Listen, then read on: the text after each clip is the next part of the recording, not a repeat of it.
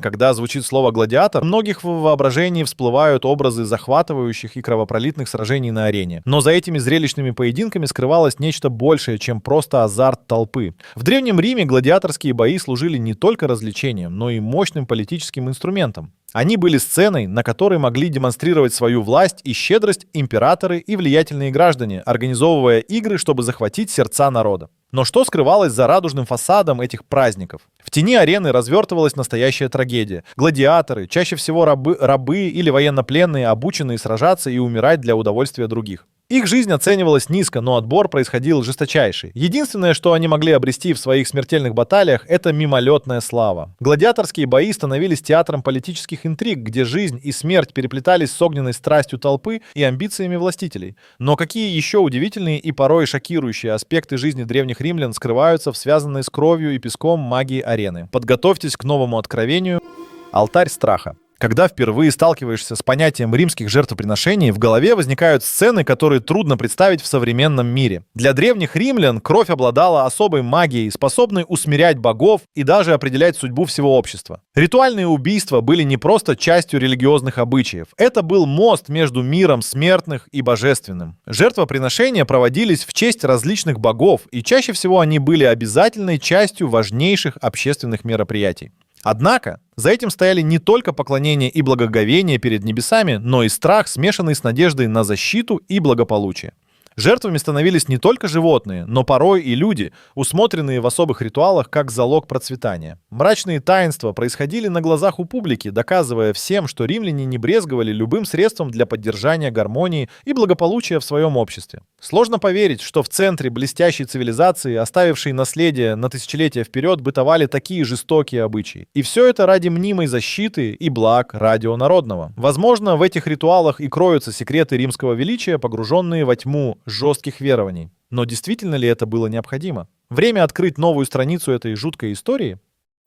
Пир безумия. В мире роскоши и излишеств Древнего Рима императорские пиры были истинным воплощением богатства и власти. Сложно представить, сколько яств и напитков подавалось в этих невообразимо декадентных застольях. Эти события больше напоминали выставки неумеренности, где все мыслимые и немыслимые наслаждения были на виду у всех. Обжорство и разврат в таких застольях переходили все границы приличия, демонстрируя, что для элиты не существовало правил и запретов. Императоры устраивали пиршества, на которых мелькали экзотические блюда со всех уголков империи, от жареного павлина до молочного поросенка, завернутого в серебро. Модные развлечения включали не только музыку и танцы, но и крайне разгульные игры, нередко заканчивавшиеся в полностью неприличной форме. Эти пиры показывали не только богатство, но и способность императора создать вокруг себя атмосферу, где позволено все. Тем временем обыватели могли только догадываться и шептаться о невероятных уловках своих правителей, вызывая зависть и восхищение, смешанные с негодованием. Кто же мог представить, сколько интриг и заговоров рождалось именно за этими столами, где каждое слово могло изменить ход истории? Держитесь, ведь впереди еще больший шок. Скрытые обеты, сделанные под влиянием страстей и амбиций.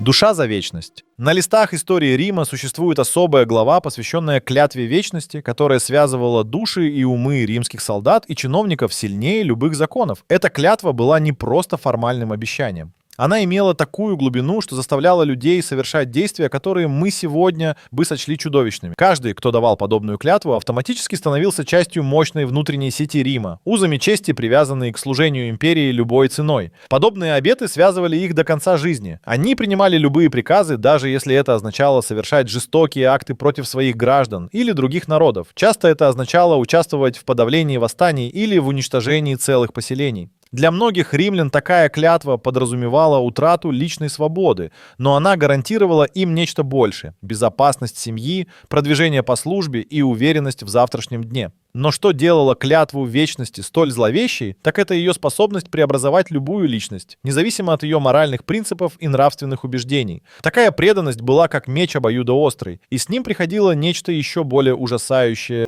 Арена ужаса. Величественные и экзотические звери стали неотъемлемой частью римской арены, добавляя элемент дикого восторга и страха в гладиаторские игры. Эти животные, завезенные из далеких земель, символизировали мощь и невероятные возможности Римской империи. Львы, тигры, медведи и даже носороги шли в бой не по своей воле, чтобы стать частью кровавых зрелищ, ослепляя и одновременно ужасая толпы. Животные использовались не только ради забавы, но и для устрашающих наказаний, когда преступников бросали им в лапы, чтобы продемонстрировать правосудие империи. Впрочем, зрители приходили не только ради экзекуции. Это были настоящие спектакли, где хищники становились актерами в смертельной драме, исполняя роли, предписанные людьми. Такие шоу оставались в памяти у зрителей на долгие годы, превращаясь в легенды, которые пересказывались у семейных очагов. Однако не все находились под впечатлением от увиденного. За кулисами аренной магии задавался вопрос, как далеко готово зайти общество ради удовлетворения своих потребностей в зрелищах. Настоящий ужас этих зрелищ пробужден тогда, когда понимаешь, какой политической манипуляцией они также служили. Ведь за следующим поворотом завесы скрываются темные интриги, в которых замешаны жизненности самого императора.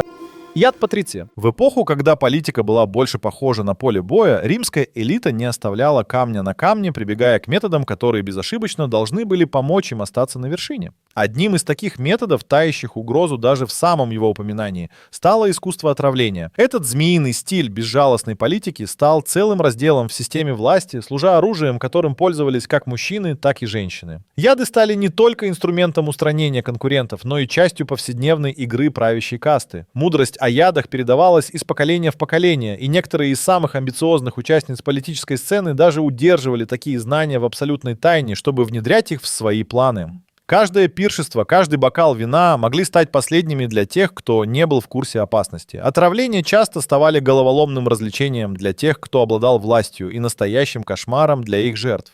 Опытные отравители были среди фаворитов в действующих спектаклях дворцовых интриг. Именно поэтому оставалось неизменно важно владеть осведомленностью о надежности своего окружения, чтобы хотя бы слегка обеспечить собственную безопасность. Однако, когда интриги становятся таким размахом, то любой шаг может стать фатальным. Вспомним, что следующее признание откроет еще более глубокомудрую и порочную сторону римской жизни, завязанную на развлечениях и страстях, которые крутили маховик истории. Карнавал тьмы. В самом сердце Древнего Рима, когда солнце начинало клониться к закату, улицы начинали оживать особой атмосферой грядущего праздника. Уличные фестивали отличались своим буйством и бескультурием, когда, казалось, все нормы цивилизованного поведения были втоптаны в грязь. Здесь царствовали вино, песни и необузданные танцы, поразительные для глаз тех, кто не привык к столь откровенным развлечениям. Римляне, знаменитые своей любовью к веселью, на этих празднествах могли позволить себе быть настоящими, сбрасывая со своих плеч груз повседневной строгости и общественных приличий. Центральные площади превращались в арену для уличных артистов, танцовщиков, музыкантов и шутов, которые служили катализатором для всеобщего веселья и ликования. Сложно было не втянуться в это вихреобразное, хаотическое движение, где границы между согражданами и пришлыми, богатыми и бедными стирались. Но за фасадом счастья скрывались и темные стороны. Потеря нравственного компаса, многие предавались греховным утехам, превращая фестивали в театры аморальных действий. Распуста, который такой формат допускал, мог повлиять на каждого участника. Лица менялись под влиянием освежающего действия ночи, сквозь веселье проявлялись потаенные страсти и скрытые ссоры. Однако это был лишь лоскут мозаики той жизни, которой жил Древний Рим. Впереди ждут еще более загадочные и шокирующие истории, скрывающие тайны, окружающие скрытые додумывания и ритуалы, которые вели за собой самые темные стороны человеческой натуры. Ритуалы семи печатей. Под покровом глубокой ночи в Древнем Риме происходили явления, о которых знали лишь избранные. Подпольные культы и оргии процветали в мире тайн и темных страстей, далеко от взглядов повседневной жизни. Эти группы собирались для исполнения ритуалов, которые шокировали бы любого постороннего. Тайные собрания не только стимулировали фантазию, но и поражали тем, насколько сила коллективной нормы могла изменить понимание дозволенного. Центральное место в этих ритуалах занимали культы плодородия, религиозные обряды, которых вызывали истинное трепет. Многие участники считали, что через такие ритуалы можно прикоснуться к высшим мистическим истинам, соединяющим их с божественными силами. Ритуальные оргии задумывались как мосты между физическим и духовным, подвергая участников экстремальным переживаниям. Эти события оказывали значительное влияние на общественные устои, время от времени вызывая беспокойство со стороны властей. Общество несло груз таких практик, как тайное наследие, находя им место в аналах истории за счет влияния на политические и экономические перемены. Страх перед неизвестным, другим, несомненно, играл на руку тем, кто имел власть. Но что именно заставляло римлян искать такие экстраординарные выходы, чтобы ответить на свои внутренние вопросы?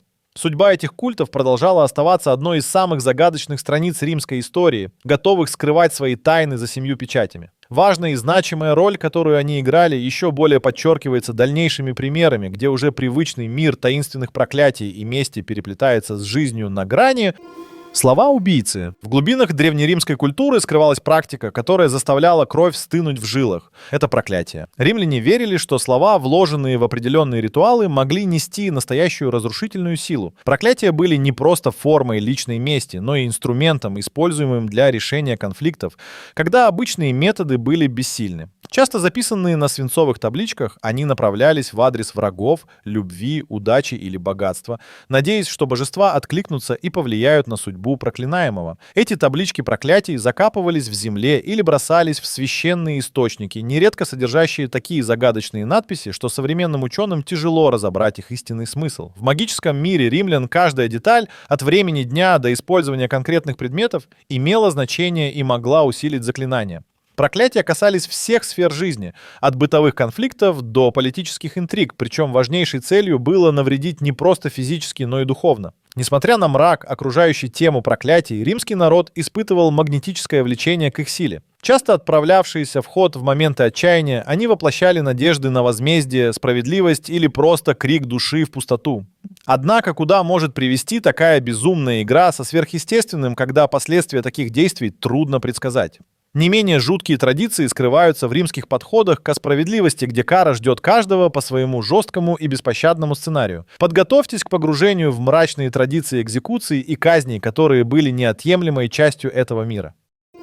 Правосудие палача. Когда дело касалось наказаний, Древний Рим не знал пощады. Экзекуции и публичные расправы служили своеобразным театром страха и подавления. Каждый, кто осмеливался бросить вызов правопорядку или угрожать связям власти, рисковал стать частью этого жуткого зрелища. Способы наказаний варьировались от простых и болезненных до невыразимо ужасных, освещая жестокость, с которой могла обращаться людская воля к дисциплине. Одним из самых известных методов был распятие, медленный и мучительный процесс, который обострялся публичным осуждением. Смертная кара становилась не просто актом правосудия, но и уроком для всех, кто становился свидетелем происходящего. Не меньшей популярностью пользовались удушение, побитие камнями и даже утопление. Эти методы варьировались в зависимости от степени проступка и личности осуждаемого. Часто такие казни происходили на площадях и форумах, где цитадель могущества Рима демонстрировала свою суровую сторону. Ведь явый пример был лучшим напоминанием для всех жителей империи о том, как тонка грань между повседневной жизнью и необузданной силой закона. Но каково было быть свидетелем этих ярких, но ужасных зрелищ? Эти сомнения снова и снова поднимали вопрос о том, как далеко мог зайти Рим в своих стремлениях контролировать каждого подданного. За кулисами этих публичных драм разгоралось недовольство, готовое пробудиться в неизвестное время и выразить себя через другие формы сопротивления, существовавшие в этом великом государстве. На горизонте уже маячили жуткие обычаи, завязанные на массовых ритуалах с жертвоприношениями. Великое очищение. В сердце древнеримской культуры существовала практика, удивительная по своим масштабам и жестокости. Была традиция ежегодного очищения через массовое убийство животных. Этот обряд не был просто жестом поклонения богам или древним духам, а представлял собой попытку обновления и очищения общества от всего негатива и зла, которое могло накопиться за год. Представьте себе стадион или открытую площадку, где сотни животных ждали своей участи, чтобы стать частью ритуала, в котором первичной целью было умиротворение духов. Процесс самого ритуала был тщательно организован. Животные собирались со всех уголков империи. Каждый вид представлял собой символ различных аспектов римской жизни, от плодородия до воинской доблести. Жрецы тщательно проводили церемонии, начиная с очищения участников до заключительного акта жертвоприношения. В этом спектакле не было места для жалости, и даже дети вовлекались в процесс, обучаясь с малых лет искусству жертвенности. Но здесь есть еще один аспект, который мы не можем игнорировать – политический. Многие императоры рассматривали эти ритуалы как возможность укрепить свою власть, преподнося их как часть более широкой программы царствования, обещающей безопасность и стабильность. Однако за этой завесой скрывалось нечто более темное – легкая игра с обрядами, способная удерживать и манипулировать толпой. Как ни странно, эта загадочная практика, столь далекая от современного понимания морали и этики, создавала ощущение общности и служила связующим звеном между человеком и божественным. Признать или отвергнуть эти традиции римское общество все же оставалось в плену своих убеждений. И, возможно, именно этот цикл веры и жизни в страхе перед нравами и судьбой продолжался в куда более чудовищных формах, затрагивая и человеческие жертвы. Жертва человека. Редкие случаи человеческих жертвоприношений в римской истории без сомнения вызывают ледяной холод вдоль позвоночника. Древний Рим, несмотря на свою культурную и инженерную продвинутость, не мог полностью отойти от идей более примитивных культур, веривших в силу человеческой жертвы. Такие практики, хотя и случались редко, оставались частью римских религиозных обрядов, особенно в периоды кризисов, когда обостренные чувства страха вынуждали обращаться к крайним мерам. Нередко эти жертвоприношения становились своеобразной товарной валютой между римлянами и их пантеоном богов. Одной из самых известных историй о человеческой жертве стало событие 216 года до нашей эры после катастрофического поражения при Каннах. В серии неудач римляне видели гнев небес, и в попытке усмирить его были принесены в жертву живые люди. Эти ритуалы, несмотря на их заметную прагматичность, показывали, насколько сильно римляне смешивали веру с политикой. Такие обычаи, конечно, не были безоговорочно приняты. Внутри самого общества начались дебаты о правильности таких действий, что в конечном итоге привело к их почти полному табу. Тем не менее, иногда эти ритуалы возвращались из мрака прошлого, подчеркивая тьму и отчаяние времен, в которые они проводились. Как ни странно, даже сквозь века такие жуткие истории продолжают напоминать, на что способно человечество ради выживания и чего оно готово достичь в вечном стремлении умилостивить невидимое. Современность может лишь гадать об иной тени, которая скрывается в углу римской истории, оставляя вопросы без ответов.